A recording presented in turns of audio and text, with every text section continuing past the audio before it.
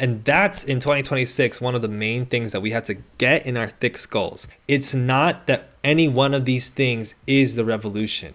It's us recognizing strategy, recognizing our own agency, and making use of each and every one of those things as best as we can. That is the revolution.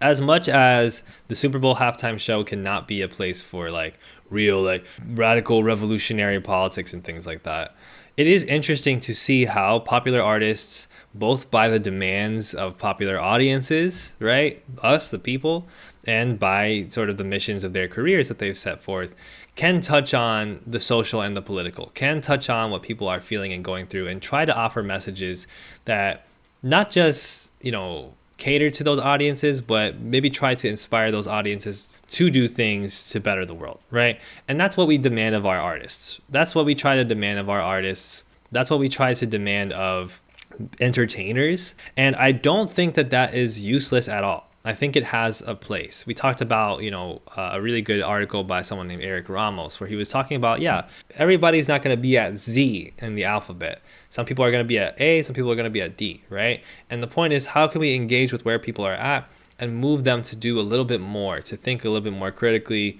to be a little bit more politically engaged? Not because we think that we're smarter than them or better than them, but because these are the things we care about and study, and we can see that everybody would benefit from doing that. Last year, Kendrick Lamar had a Super Bowl halftime show, and this year, Bad Bunny's Super Bowl halftime show was similar in that both of them tackled sort of social and political commentary, social and political themes. But they did so in these very, let's say, gentle ways, and these very kind of fun ways that don't necessarily read as political off of the bat. Last year, we had this performance by Kendrick Lamar that made use of the Uncle Sam motif with Samuel L. Jackson playing Uncle Sam. And we had some commentary about, what Black people are demanded in order to, what demands are made of Black Americans, obviously racial stereotypes of Black Americans, and the idea of getting a seat at the table or a piece of the pie, and what kind of concessions a Black person, a Black artist in Kendrick's case, has to make in order to receive that piece of the pie.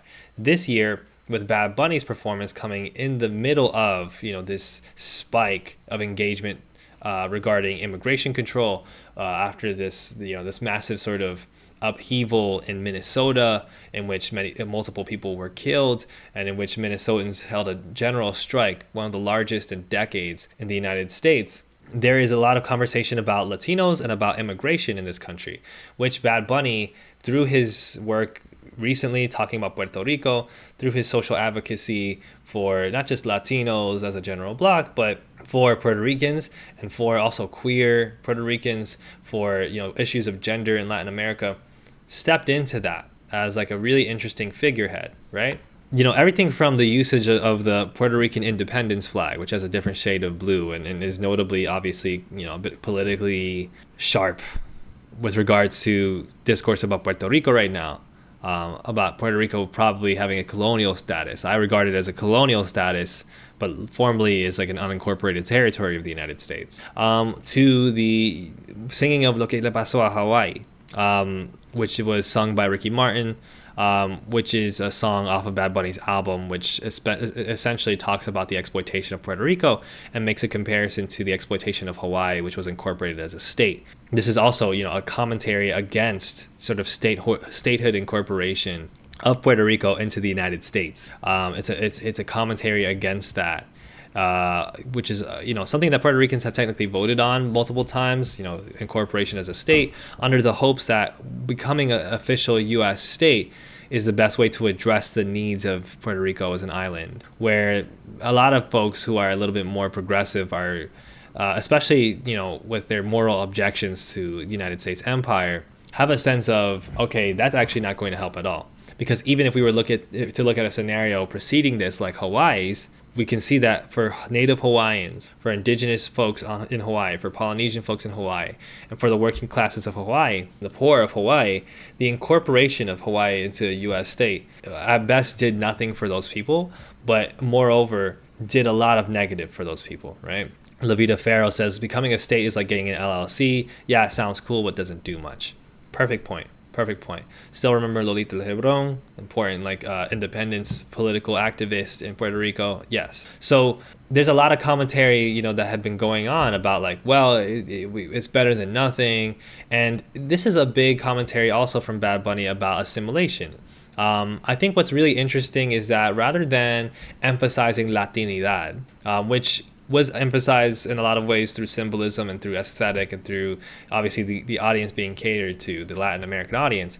But rather than emphasize Latinidad, Bad Bunny's emphasis was on Americanness. It was, previewed by him in his Grammy speech when he was talking about, we are Americans, we are human, we don't deserve this, whatever. And so to end on the message, which everybody was talking about, naming each and every country, including Puerto Rico, which is not technically a country, right, is an unincorporated territory, but for all intents and purposes is a country. Naming all of those countries, all of those places in the Americas, and saying we are all America, we are all American. That is a specific choice, not even just necessarily make a prudent political point, but to literally shift people's consciousness, literally shift people's understanding of themselves beyond just we are Latino to we are American.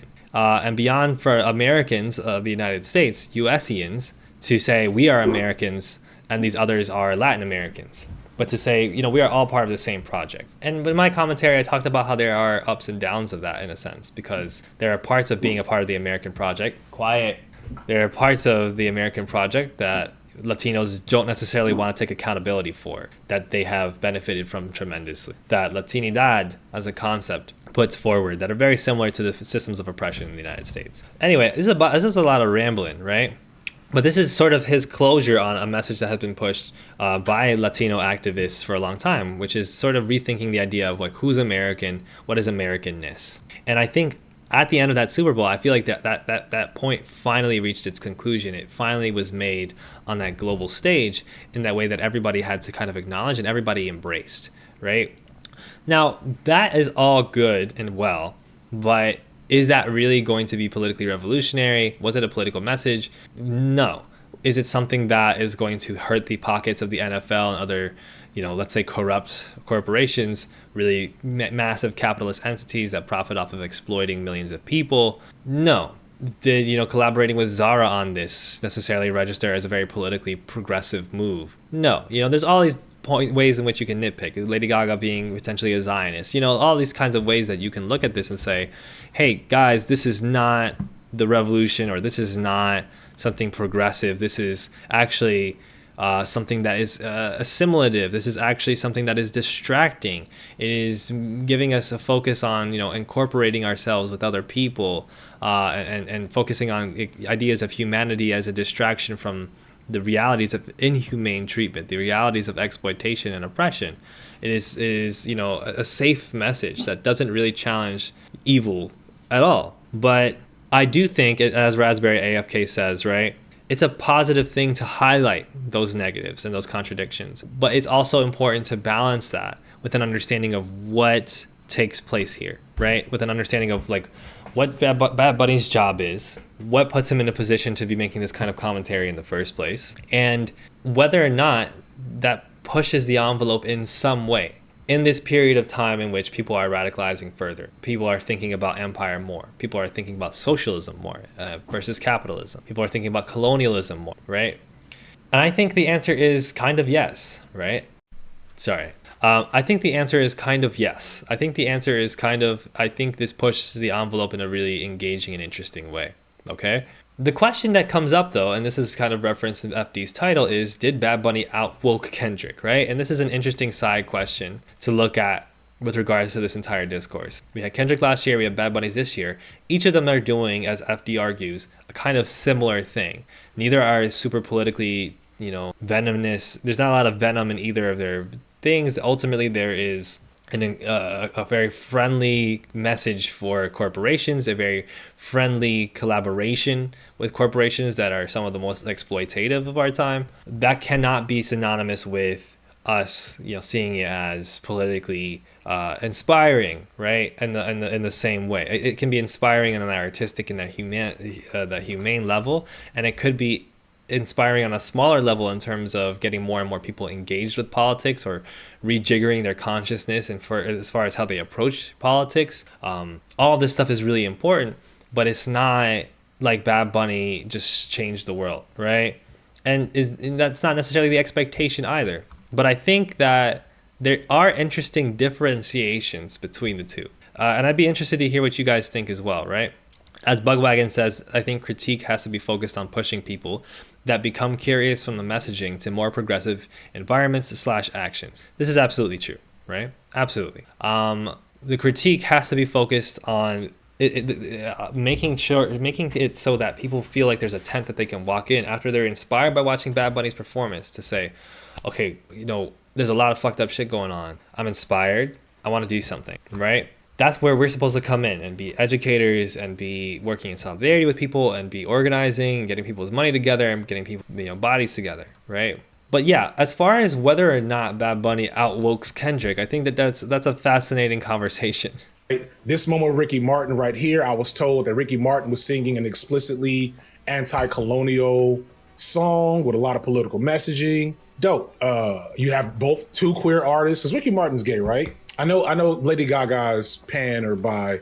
And let's look at the comments too. Yeah, okay. There's a lot of progressive stuff. And so it really puts me in the same disposition of Kendrick last year, in that there were important things done, important things said, but nothing truly radical in a moment where true radicalism is probably what we need the most. As I've been saying in a lot of other pieces, we're just not ready for that to be more normalized in popular media. It's definitely not going to come during the Super Bowl. And yeah, I generally agree with this. I pretty much agree with this. I pretty much agree that it is still important to point out to people, as much as they might get upset at you, right? Hey, don't put a lot of eggs in this basket. Enjoy it, take some inspiration from it, but the defensiveness of Bad Bunny as performing this heroic act, I think is something that has to be critiqued. And the messaging of the show is not radical, and we need radicalism. I do think that is a great point that FD makes.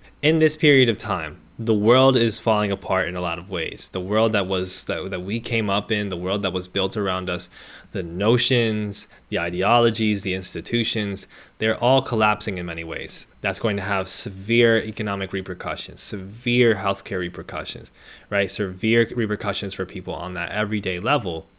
And at a certain point, you got to try to feed people, right? We can't be sitting here and putting all of our enjoyment and all of our energy into the basket of, I want artists to say more. And even so, I want artists to do it on the Super Bowl halftime show, right? We have to, and somebody asked what I consider radical, or what I define as radicalism. We need people that are willing to push the envelope of the political agenda, right? The political hegemony. We need people that are willing to confront empire, not just talk around empire, not just wink and nod at, oppressed peoples while also shaking hands with empire. We still do need, and I can talk about that in a second, Chloe. We still do need to bring more and more of our attention to, okay, but what are we going to do economically, right? We are not going to have money, right? A lot of us are going to be in a really difficult position financially. How are we going to set up mutual aid in our neighborhoods with worker co-ops and local companies and with different, political organizations so that we can have shit, okay? What can we do at the electoral level? A lot of people, and this is something we'll talk about, a lot of people might say we should let go of electoralism altogether. Certainly the level of engagement and faith we put in the electoral system, notoriously over the past 100 years or so, that's got to be over with. We know that voting in a politician is not nearly all that there is, but voting in a politician is still important. If we can rally behind politicians that push farther and farther towards our agendas and our needs, if we can utilize politicians as important tools to help pass legislation or to help fund different departments, to reorient or pressure police departments, which they'll never have full control over, to allow us to conduct certain things that previous more conservative administrations would not have. They're useful tools for movements of the working class, right? Unionization, right? Another thing, worker co-ops instead of working for corporations, right? Another thing, renewable energy and developing renewable energy either through like even having solar panels in our backyards, or through figuring out like how to move off of specific specific devices that use fuel, specific types of cars, community gardens, cooking, right? Soup kitchens. All these different things are tools at our disposal, right? And the problem with getting super defensive over Bad Bunny and Kendrick Lamar is that it puts all of your energy with how the world changes in the exact basket that has been dominating the world in the first place. You're asking the system to change itself, right? And you have this expectation that if something happens at that biggest level, if something happens at that most visible level, then that should be equivalent or more powerful than anything that we do with each other on the streets. That's gotta go. That has to stop, right? That said, as long as you accept that, then anything that happens in culture and media becomes a tool for you to use just as much. It's the same conversation about electoralism, especially two-party electoralism. We're going to get into third-party conversations, though, in a bit, because we'll talk about Hassan and we'll talk about Bad Bunny with that regard. And we'll also do so in the spectrum, in the prism of talking about comparing Bad Bunny and Kendrick's politics, right? But it's the same conversation, right? As long as you know that voting for a Democrat is not enough, that voting for a Democrat comes with a lot, and as long as you just see strategically voting for a Democrat as something that can be beneficial in certain regards as far as your overall mission, and so it's a peripheral thing you can use, it's a tool, then voting for a Democrat is all fine and well. What social media refuses to allow you is the ability to see your own power. Everything has to be calculated and understood as somebody else's power that you're helpless to. And everything has to then be calculated and understood as far as the actions of the people, as far as the actions of working class people. It all has to be understood as, through social media, the people's incompetence or the people's glory. It can never be the people's strategy. It can never be the people's nuance. It can never be the people's real experience. It always has to be either everybody's so stupid because they keep voting for politicians and that's never going to work, or everybody's so stupid because they won't vote and that's obviously going to be the only thing that matters. It can never just be that people have all these different things that they're trying to figure out, and that when they collectivize, they can make better and better use of. And when they strategize, they can make better and better use of. And all these things are pieces of the pie. And that's, in 2026, one of the main things that we have to get in our thick skulls. It's not that any one of these things is the revolution. It's us recognizing strategy, recognizing our own agency, and making use of each and every one of those things as best as we can.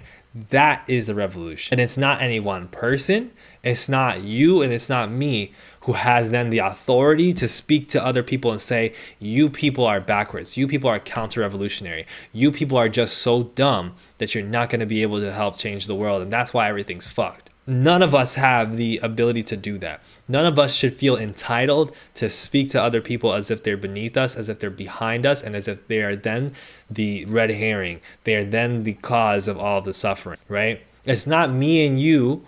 It's not the guy down the street that's caused all this shit. All of us are just the people that are living in it, and now we got to decide what we're going to do about it. That's the shift, right?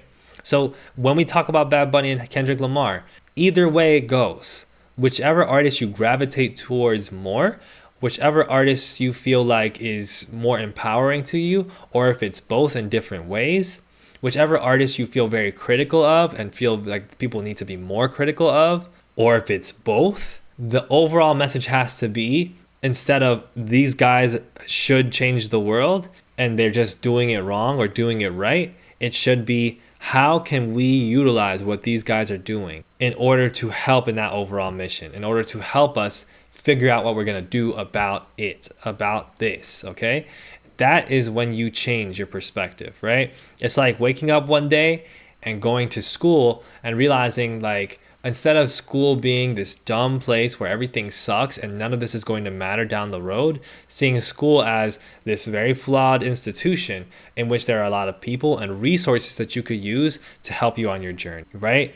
A lot of us have that moment in the education system where one day We wake up and suddenly we see school as a tool, right? We see college, university, we see our academic experience as a potential tool for us to learn cool things, for us to make friends, to network, for us to connect with professors and see what they're doing, for us to build our careers out, and also just to like build a social life around. That's what it's like, right? But the problem is you are being controlled because you are being told that every single one thing has to be perfect, or any single one thing has to be it, and then you should just put all of your eggs in that basket. That's what you've been taught. That's the shit that you've been taught, is that what you should want is an artist that makes all the best choices and is very popular and is thus what you should put all of your eggs in the basket for. That's what you're being told in this case, right? You're being told, instead of talking about Bad Bunny, instead of listening to Kendrick Lamar or Beyonce,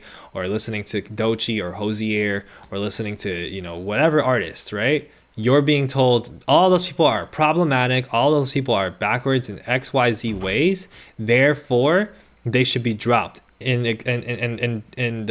dropped in favor of what? Dropped in favor of the artist that's not gonna do that. Right? That's the inherent logic behind it. Even when people will say, oh, it's just you can't put your faith into artists. Well, put your faith into what then?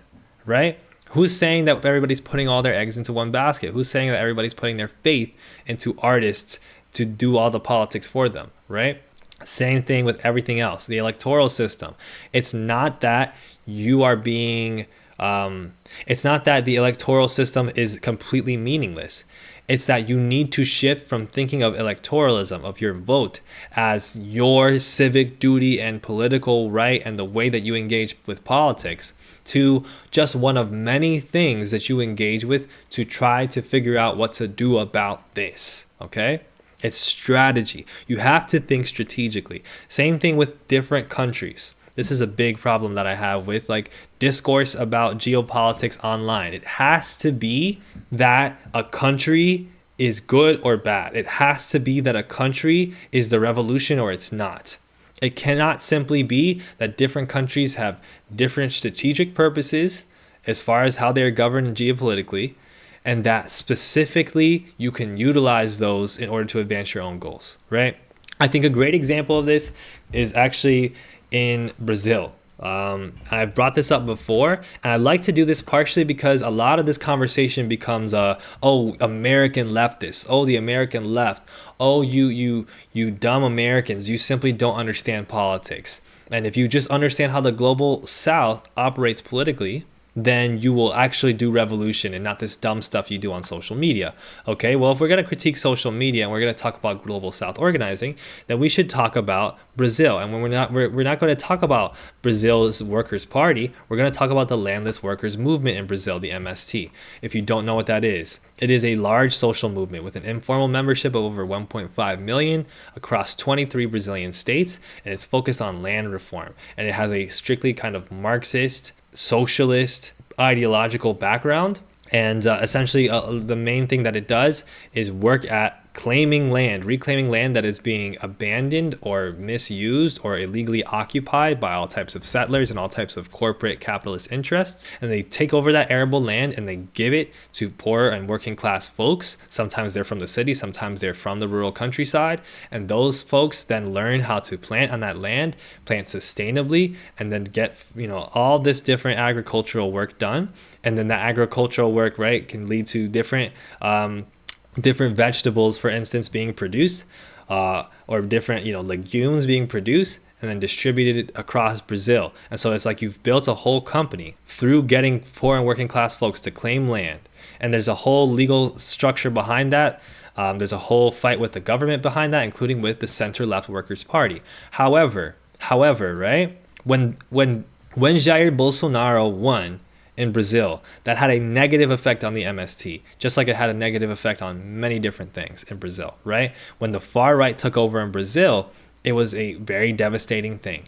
And to pretend as if the Workers' Party's impact was the same exact thing as Jair Bolsonaro and the far right's impact, especially from the lens of what the MST was doing, would have been completely counterfactual. It would have been divorced from reality, right? So what did the MST do? The MST organized to help get Lula out of jail, help get the Workers' Party back into office. Why did they do that? Was that because they are dirty, dumb electoralists? Was that because they simply didn't understand that the Workers' Party would never work in their best interests? No. It's because they shifted strategically. It's because they saw strategically that it would be better for them to have the Workers' Party in office so that they could organize with and against the Workers' Party than to have the far right in office in Brazil.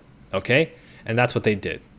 And so they organized to do that. And like, this is the kind of thing that we have to think on those terms. We have to think on terms of 3D, 4D chess instead of thinking on 2D chess. We have to think on, okay, what is going to be a better thing for what I'm trying to do and what my people are trying to do, what the collective is trying to do. And if that means I vote in Zoran Mamdani in New York City, then goddamn, I'll do it. If I have to canvass and go door to door knocking and pushing people so I can get a social democrat into office who is going to back down on half of his policies and is going to still have this overly friendly relationship with the police department and is going to like let us down on numerous fronts, then I'll do that. You know why? Because it's way better than having Andrew Cuomo in office. It's way better than having Eric Adams or Curtis Leawood in office, right? So I'm going to do that. And that's what people in New York City did. That was worker consciousness. That was strategy. Sure, a lot of those people went way far in the deep end of like praising and jock riding Zoran, and a lot of that stuff is going to have to get called in. Okay, that's going to be stuff that has to get worked out. But all of that was not New York City thinking, oh, Zoran Mamdani overall is this perfect savior figure that we can rely on. It wasn't Obama 2008 in that way. What it was Zoran Mamdani 2025. What it was a movement of New York City saying, we're actually going to push our progressives, we're actually going to push our politicians to the left a little. And if we do that, that's going to help benefit the worker co-ops here. That's going to help benefit us doing mutual aid here. And if we do that, and then when that fucking person, that social democrat that we put in office starts fucking up, we're going to be on them. That's the strategy. That's the mentality you have to be, okay? So all of this is said with tackling the Kendrick Lamar and Bad Bunny thing in mind. I want to talk about the politics of these different artists, right? First, I'll respond to some folks in the chat because I haven't answered a couple of things. Sanawin says, hey, are you suggesting that we use art to help spread the message? I'm an artist and I wrote a paper in one of my semesters about how art is used to help provide a voice to marginalized people. Art helps us challenge our beliefs and how we view the systems that govern us. 1000%. Art is, if I were to say what the most important thing is, I would say it's art, because even though politics is the force through which we actually change these things, economic, political work, okay, economic collective organization, strategy work, political work, from the electoral, from the voting box to what you're doing on your block later, right? All of that stuff is most materially important, but nobody gets there if they're not inspired, and nobody shows up and changes if they're not inspired. People have to be inspired, and people have to remember their own humanity, and they have to remember the value, not just the value, the importance, the godliness of connecting with other human beings. If they forget that, then they're going to give up, and they're going to be like these many people you see online who might know a bunch of theory, know a bunch of names, know a bunch of things about how capitalism is bad, but all they do is sit in front of a computer screen and type about how bad everything is, how fucked we are, and how nothing will ever change. And those people are less left than your average working class dude who doesn't know too much, but he does mutual aid a couple times a week or a couple times a month. That guy is way more left than somebody who knows a couple of quotes from Marx, but all they do is sit on YouTube and type in somebody, second thoughts comment section about how bad XYZ tendency on the left is actually the one holding everything back. Oh, anarchists. Oh, Marxist-Leninists. Oh, Maoists. Who gives a fuck about this shit, right? Like, who gives a fuck, okay? So art reminds us who we are, and that is what's really powerful about each of these artists, right? Kendrick and Bad Bunny are both people who aren't the most left, okay? They're not the most politically engaged. I will argue that Bad Bunny is more politically engaged than Kendrick Lamar. I will argue that, okay? And I don't know if that's a hot take. You guys let me know if that's a hot take or not, okay? But I want to go back to a specific thread to back that up. I'm going to pull this up, okay? So again, I want to talk about Eric J. Ramos's thread, who stopped by in the chat last time. I really thought this was a great essay explaining the differences, right? In what expecting, putting your faith in an artist to be the revolution is, versus seeing the value an artist can contribute to the movement is. Okay. And so he points out in one paragraph here that Bad Bunny's political engagement, which he had always had as a part of his career since 2018, really ratcheted up this past couple years, in 2024 notably. Okay. Ramos writes, watching our island be gentrified and taken over, Benito slowly began to realize himself as a more explicit political actor. He supported the pro-independence candidate heavily, buying billboards around the island that read, to vote for PNP is to vote for corruption. Who votes for PNP doesn't love Puerto Rico, and voting for PNP is voting for Loon. After dropping the song Una Velita about Hurricane Maria, pushing the message that the US will not save us and only we can save ourselves. Okay, and that got thousands of traditionally apathetic youth to register to vote and began their journey to realize themselves as political actors. Okay.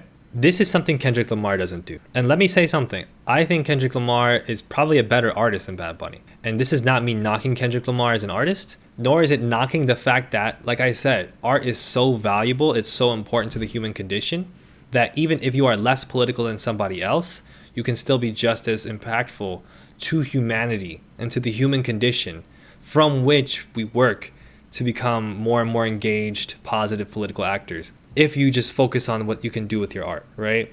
But you should still do both. And neither of these guys are perfect as political actors. One thing I have a criticism of with both of them is neither of them have stood up for Palestine. Neither of them. Both of them pay taxes to the US government. The US government uses that tax to drop bombs and to fund genocide, okay? This is something that both of them have been missing in action on. And I don't like that, right? But I do see that what Kendrick Lamar has done, whether it was the halftime show last year, whether it was To Pimp a Butterfly, right? There was a lot of engagement with Black Americans and the global Black diaspora even, to talk about who they are, to talk about loving themselves, to talk about understanding the kinds of issues and the divisions within the communities and trying to think outside of them, and to confronting white supremacy by proudly and boldly declaring themselves as Black Americans, as Black folks, as Black people of all different walks of life. He's also, uplifted trans people in a way that was a bit controversial at first, but has since been kind of praised more and more with his song Auntie Diaries on Mr. Morale and the Big Steppers, right? Kendrick is not somebody who's gonna just be silent about social issues all the time, but he is a very low-key person, and he does not engage with electoral politics like that.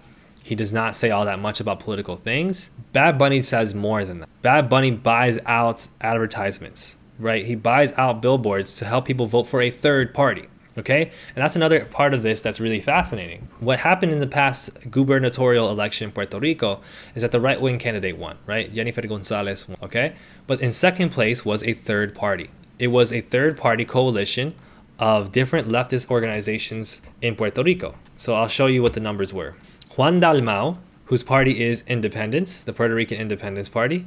That is a social democrat political party that fights for independence, or that pushes for independence, for Puerto Rico to have independence and sovereignty as its own nation, as its own country. Okay? And he was part of an alliance called the Alianza de País. Okay?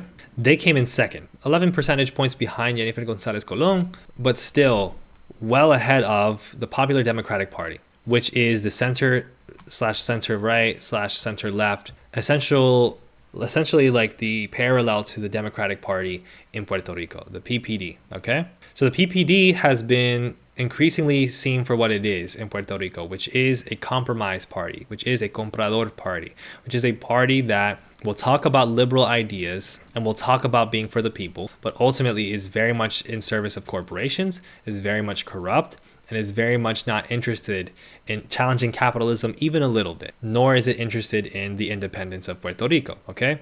And I'll get to some of the other stuff in the chat soon. But what I will say is, this engagement with something is actually, this engagement with third-party politics is actually really instructive, because right now there's a separate conversation happening about a certain streamer that you might know, talking about how if the vote in 2028 for the presidential election in the US came down to Gavin Newsom versus JD Vance, that he would vote third party. Of course, I'm talking about Hassan, right? Who do you vote for, JD Vance or Gavin Newsom? Well, I'd have to vote for Gavin Newsom, Me of course, too. 100%. I wouldn't blink. What about you, Hassan? I'd probably vote third party.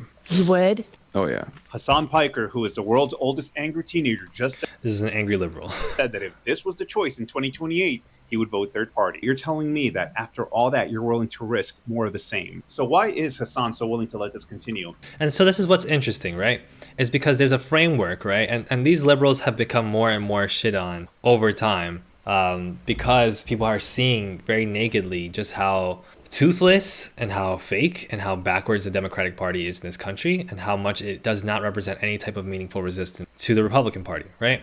But there's still a large contingency of people that will look at this fear, that will feel this fear, and that will use it to say, the only thing that we can do is continue to try to vote for this toothless resistance party, this toothless opposition, in order to get anything better. And if we think outside of that, not only is that the wrong thing to do, but it's extremely dangerous. And it actually is going to endanger so many people's lives, right?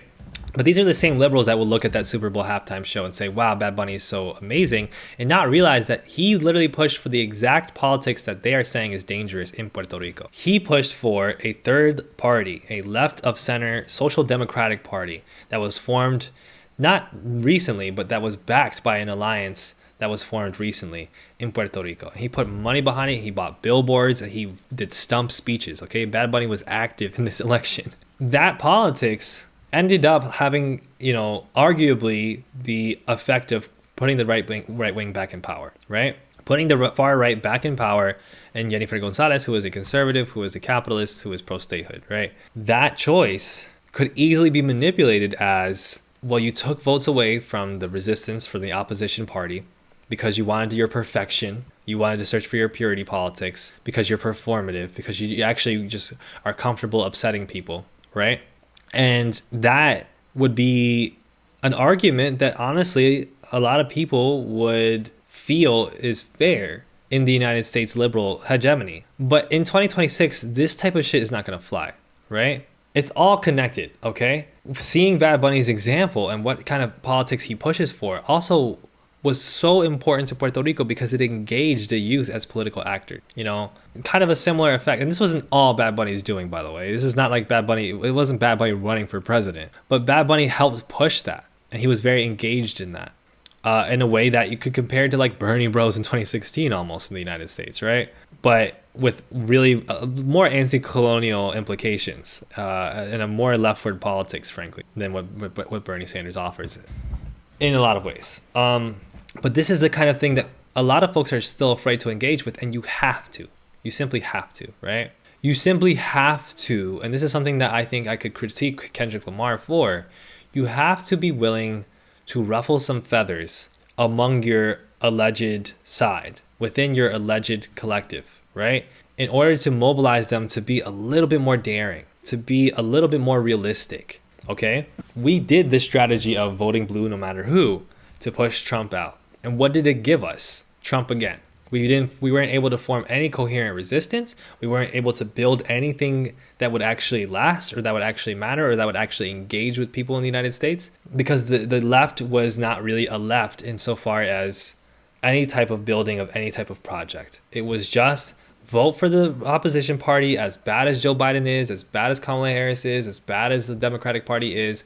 We know that Trump is way worse. And what did it leave us? Not only did it get us back to that place in 2024, where Trump won by a larger margin than he had won in 2016, with a Democratic Party that is even weaker and more fragile and more frazzled, and in way more debt to its donors, and way more interested in kowtowing to corporate interests in 2024 than it ever was before, right? You also saw Trump coming back emboldened by a regrouped fascist movement that went even harder in its direction, right? That pushed for ICE to be even more overly fascistic, that made even more overly fascistic rhetoric, Project 2025, and so on, right?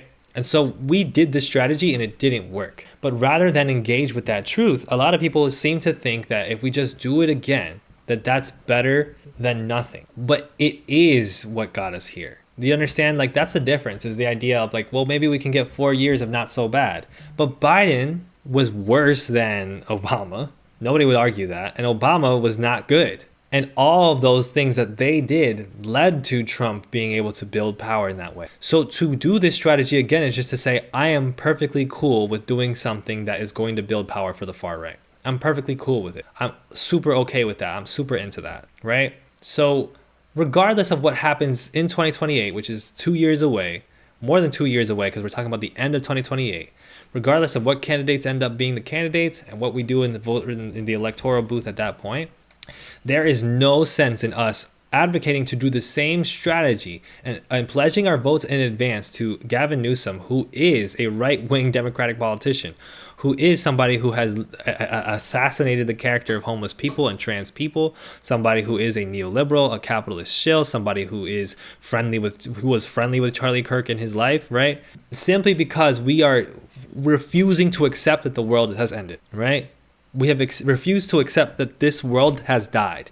And what's going to happen to the people who haven't accepted that the world has ended already and that it's time to build the new one is that they're going to look increasingly bad. They're going to look worse and worse and worse in their attempts to keep holding on to an already dead world. Does that make sense? And I'm going to talk about the Bad Bunny anti-blackness stuff in a bit. So what's going to happen in 2027 and 28 is that Gavin Newsom is going to punk y'all. He's literally going to call your bluff. Because that's what basically happened in 2024 and 2020. We had Democratic Party candidates who knew that they were being positioned as like, we're going to get the vote of anybody who hates Trump. We're going to be the opposition party. So we can just basically do whatever kind of rhetoric we want. We can put up whoever we want up there. And we can move to the right as far as we want. We can serve the same corporate interests as much as we want. As long as we propose a couple of tweaks that ostensibly will be a little bit better than what it is under the Trump administration, but really represent like basically putting up toothpicks as a wall, right? This is what I'm talking about. Gavin Newsom is going to ally with Peter Thiel. He's going to ally with the tech bro class, the billionaire oligarchy class, the broligarchy class. He's already in the process of doing that. He's going to find more and more compromise with the far right turning point. He's going to sit there and tell y'all, I'm going to do what Trump did, but better. That is going to be what he will do. Okay, that is going to be his strategy in 2028. So you're going to look even wilder than you did in 2024, which a lot of that shit you still got away with in 2024. You're not going to, like, it's going to be bad. Do you understand? Like, and that's why I feel comfortable standing where I'm standing at this point. I feel comfortable calling this shit out at this point because I know that these folks who are still living in this world where they think Gavin Newsom is going to run the Obama campaign, and that's going to be so clearly better than Trump, and that the left that argues against them is going to be so clearly out of their mind for proposing a different world and a different vision. Those folks are going to be absolutely at their wits' end. They're going to be pulling hair out of their head as Gavin Newsom in 2027 proposes that he reform ICE and tweak it to make it more efficient and civil. And they're going to be sitting there like, yeah, that was the problem. That was always the problem, is that ICE was not civil. We're just going to do ICE, but a little better, right? So that is why I think it's very ironic, for one, that a lot of these liberals will praise Bad Bunny and praise his message without realizing that he is a lot closer to a Hassan politically, for better or for worse in some ways, than he is to what they're on. And at the same time, that is why I also say that Kendrick Lamar is less political overtly than Bad Bunny, without saying, like, obviously speaking about how the personal is political, how talking about the Black American experience from a cultural and social lens is political. Bad Bunny is more active politically, right? He has messages in his songs that are more actively pledging support to social movements. And he has literally campaigned for not just political candidates, which Kendrick Lamar doesn't do, but he has campaigned for a third left-wing party, a social democrat party, and for independence for Puerto Rico. Like, that is what he has done. So regardless of how you feel about each Super Bowl and what resonated more with you, overall, you can say that Bad Bunny is more political, so to speak, than Kendrick. But again, that is not to say like he's more woke or more based, or to say that either of them should be seen as some type of figure for the revolution to pledge its weight behind, or to say that Kendrick Lamar isn't more impactful in other ways, or isn't a better artist, or isn't a more important artist. All of those are on the table. I would argue that Kendrick Lamar is a better artist than Bad Bunny. But when it comes to their politics, I see Bad Bunny doing things that Kendrick Lamar doesn't, okay?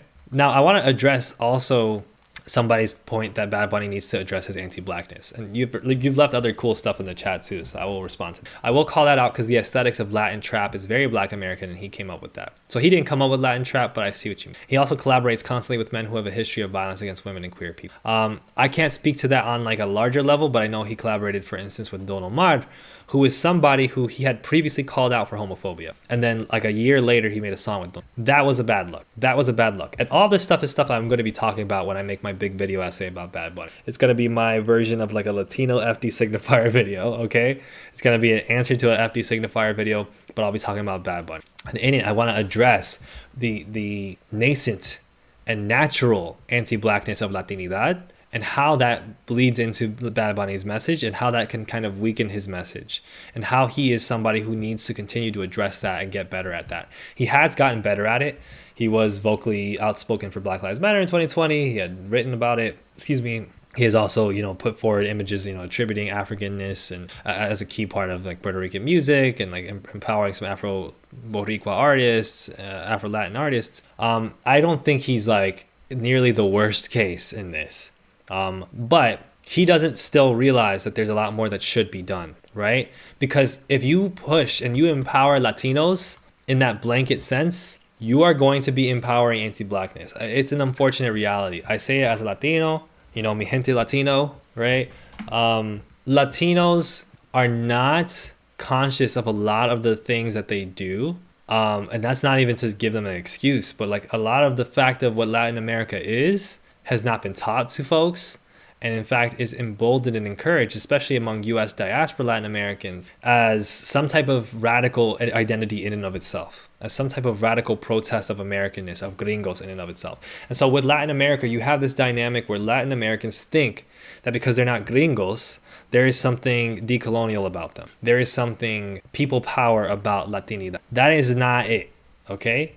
Because Latin America can be and is just as much of a colonial construct and a colonial reality as the United States. And that is why Latin America is as corrupt and as poor as it is, as quote unquote poor as it is. That is why Latin America has the problems it does. Because in Latin America, there is a settler class of mostly white Europeans and other foreigners, sometimes United States folks, sometimes many of them are Latin American through and through.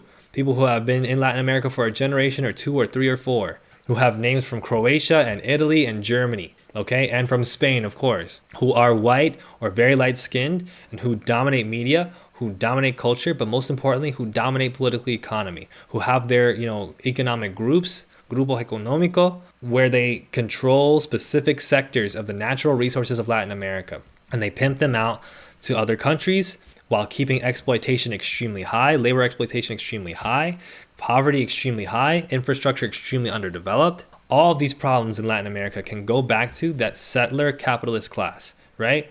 And that's because that is part of what Latin America is, okay? The dream of Latin America was partially a dream of building a Europe outside of Europe. And if you look at the history, it will indicate this to you, right? So what Bad Bunny is, in a lot of ways, is quite decolonial and is quite, impressive as a political force. But it also does not challenge Latinidad in the way that I think it should, right? In the way that Tego Calderón, who is himself not perfect, but Tego Calderón was different in that he challenged Latinidad. He was very vocal about empowering Black people in Latin America, which is something that is still treated as fairly taboo in mainstream Latin American culture, in Latin American culture writ large. It's still this idea like, emphasizing racial differences is actually wedging a difference between us and we're all united and da-da-da. They still have that mindset without recognizing how racist it is, because these countries are racist in and of themselves. They like to propose these ideas like these Black folks in our countries are actually treated very well, way better than they are in the United States. And anyway, it doesn't matter because we're all Latino and we don't have the same racism problem that you guys do. They don't have a curiosity about it. They don't have a sense of accountability about it. They might incorporate a little bit of the lingo here and there of Black Lives Matter or like we love Black people, but they don't actually think about why it is that when you look at the poorest folks throughout Latin America, they are by and large Black and darker skinned. When you look at the folks that are sexually trafficked, the folks that are growing up without schools, the folks that don't have roads paved in their neighborhoods, the folks that are living in neighborhoods that are dominated by gang violence, they are Black and brown, dark brown folks in Latin America. And when you look at the people that live in the nicest neighborhoods in Latin America, they are white and lighter skin. And there's supposed to be no correlation between those things, nor is there supposed to be a correlation between that and the ways in which Latin Americans will discriminate against Black people, talk shit about Black American culture, the ways in which they will refuse to accept black people as being part of their family, even though they have black people as part of their family half the time anyway. The ways in which when their precious Latino son or daughter tries to, marry a black person, they will feel offended. They will feel as if their race is being poisoned. The ways in which they discriminate against certain hair types, the ways in which Mexican actresses and actors on screen by and large are white and light-skinned mestizas, despite the fact that when you look at the country, it's dark-skinned brown people half the time, or it's just brown people half the time. Like, the erasure, the ignorance, the violence, the exploitation of black and brown people in Latin America, it absolutely rivals the United States. No question does it. I say that as somebody que he vivido en Santo Domingo. Y papi, si tú no crees que eso existe en Santo Domingo, debe visitar otra vez. It's the same thing, right? Whether it's the disrespect about the N-word, like Lil San Clementine is saying, right? Whether it's the absolute virulent racist towards Haitians and then dismissing that as like, well, they just get their stuff together, as if that doesn't sound like exactly what white people say about black Americans and about Mexicans at the same time. Why do they want to be in our country when they got to solve their own country? And then we're actually very friendly to them and we give them these opportunities, but then they ruin our country with their crime and their backwardness, and then we got to kick them out. We got to kick them out. We got to have stronger borders, right? Same shit they're saying to you in the United States, right? Why? Because the United States is just Las Praderas. It's just the nicest neighborhood in Santiago, in Chile. It's the nicest neighborhood in Bogota. It's the nicest neighborhood in São Paulo. It's the nicest neighborhood in all these Latin American countries. It's the same dynamic. When you go to those nicest places, those places where the power and the wealth is concentrated the most, they are whiter and they are more racist and they are more violent and they are anti-immigration. And then they convince all these working class people that that's the same thing, especially when that's part of their own struggle, especially when those working class people are lighter skinned or wish to be. Okay. So this is why you also have to call out Bad Bunny's politics. And this is why there's something to what Kendrick Lamar does with his work that, for instance, is radical in a way that Bad Bunny can't be. And that calls out Bad Bunny in a lot of ways, right? We talk about the genre of Latin trap. It wasn't started by Bad Bunny, right? It was started by New York Dominicans. But those New York Dominicans were often light-skinned New York Dominicans who were using the N-word and who are happily monetizing Black American culture and Black American hip hop. But were they contributing to Black American struggle? Were they, donating to Black American neighborhoods? Were they working culturally to unpack anti-blackness among Latin America, among Latin Americans? No. By and large, no. They were there for the party, but they weren't there to clean up. They were there for the party, but they weren't there at the mutual aid, right? And this is stuff that Bad Bunny has to challenge more and more. And I think if he continues to meet with Tego Calderon in private, which it seems like he's doing, and he continues to challenge himself, I think he will go in that direction. I also just think that the next step is an Afro-Latino artist. It's an Afro-Latina artist. It's an Afro-Latine artist. An Afro-Latin American artist is going to be at the center at some point of this media machine. And a lot of the same people will be online talking about this ain't nothing, this doesn't matter, you people are so distracted, this isn't the real revolution. The revolution, you gotta get it in your head that you're actually not woke because you care about music, people. All that talk is gonna circulate again towards this Afro-Latin artist, but this Afro-Latin artist is going to be taking this ball, taking this Bad Bunny's football from his Super Bowl performance and running with it further, right? Because we are pushing the culture, and because the culture is then responding, and the people that are at the people that are producing the most impactful stuff in the culture in mass media through those contradictions are helping to push us. That's the world that we're building now. We're not living in a world anymore where people want to listen to the same old stuff, where people want to turn their brains off and listen to music and watch movies. They want to be challenged a little bit, and they want to see artists who challenge stuff a little bit. They want Ryan Coogler to make these juke scenes in Sinners. They want Kendrick Lamar to be talking about racism against Black Americans in his music. They want Doechii to be doing speeches about Gaza and about ICE. They want that. As someone from El Chocó, I can confirm there's not nearly the amount of resources available that there are in Bogota. Exactly. So this is the thing, right? It's never enough, and that's okay because we're still working on it. I need people to understand, like, we are living in a time period where the conscientization is happening, where the world is now becoming wide open to take, right? The world is now becoming wide open for new ideas and new visions. And this old white supremacist shit is going to become even more clownish than it ever has been, right? It's going to look like the Kid Rock halftime show instead of looking like the Britney Spears one, okay? That is the world we're living in now. Embrace that. Embrace the challenge of your moment, the challenge of your generation, and let's push this thing forward even more.